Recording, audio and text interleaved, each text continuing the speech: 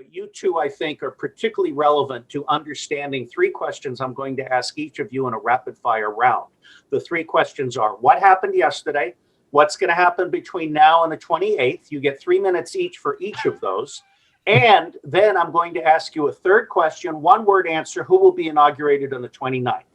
Charlie Ward, you go first. What happened yesterday? What happened yesterday was one of the most beautifully planned traps you could ever imagine. It was set on purpose for a number of reasons. They needed certain parts of the puzzle because there was a change in the dynamic. They knew that the corruption had been funded by Soros, Gates, Obama, by a number of people that were corrupt. They knew the Clinton Foundation, they knew where it was, but they actually wanted to find out exactly where it come from. And it turns out it had come from none other than the Vatican. So they set the trap for this beautifully, but they wanted to find the trail of it. And I'm sort of half stealing Simon's thunder because he confirmed what I was going to say anyway. And what I'll do is I'll let Simon go on to that part because he knows the full detail. But the trap was set, they fell into it. The other trap that was set yesterday, which was an absolute peach, was when they stormed Capitol Hill. When they went in there, of course, all of Trump's supporters were peaceful, and they were pushing. But there was a group of Antifa people that came in there, but also there was a group of very active Trump supporters that, whilst in the building, managed to seize a number of laptops from within the building, which have a boatload of evidence. Nancy Pelosi was in such a hurry, she left hers behind. So there's a very grateful Donald Trump right now, along with his team, that they've got about a dozen laptops that were just left on the desk. That's amazing. Let's stop there. I will interject one thing. I heard from a source that the George Soros raid on the Bank of England was a contrived black operation intended to fully fund Soros as an agent of the crown in the color revolutions and cultural Marxism. So not only do I consider George Soros a traitor to the United States of America, but I consider the United Kingdom to be directly behind all of this at the highest levels. And Simon and I have agreed that 90% of everybody in MI6, and I love him to death, is a good person trapped in a bad system. All right, Simon, 3 minutes to you. What happened yesterday? And if you can condense your 27-minute thing in 3 minutes, that's great, because I have honored it by making it the top item in today's post. Right, fine. 3 minutes.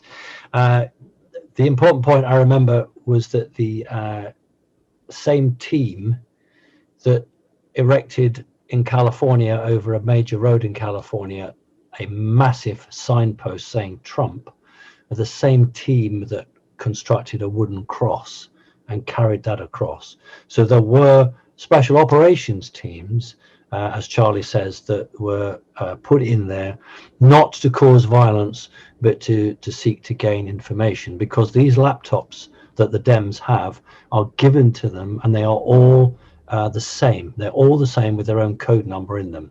That was what that was. And in fact, even on Nancy Pelosi's office door, there was writing scrawled on there. So there was a lot of distraction there. I'm not 100% sure myself that those people who were killed, and whether it was a black hat operation or a white operation. There was a lot going on. The whole problem on Christmas Day was the understanding that the Italian government, using a number of satellites named after Leonardo da Vinci, but are leased to the Vatican. So in other words, they come under the umbrella of Italy, but they're really run by the Vatican. This was the method by which encrypted information in real time was moving stuff across the globe. That's how they did it. And the difficulty is that Italy is a member of the North Atlantic Treaty Organization.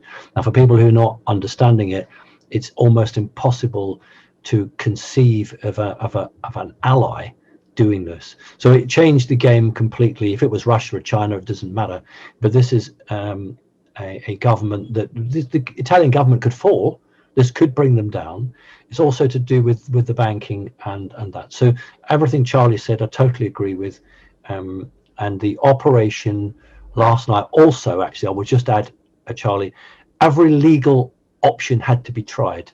Every legal thing, so that nobody could turn around and say to Trump, well, you didn't do this or you didn't do that. And what I know that Trump then went to Texas to one of the command posts, and I can tell you that, what time is it now? 5 o'clock our time.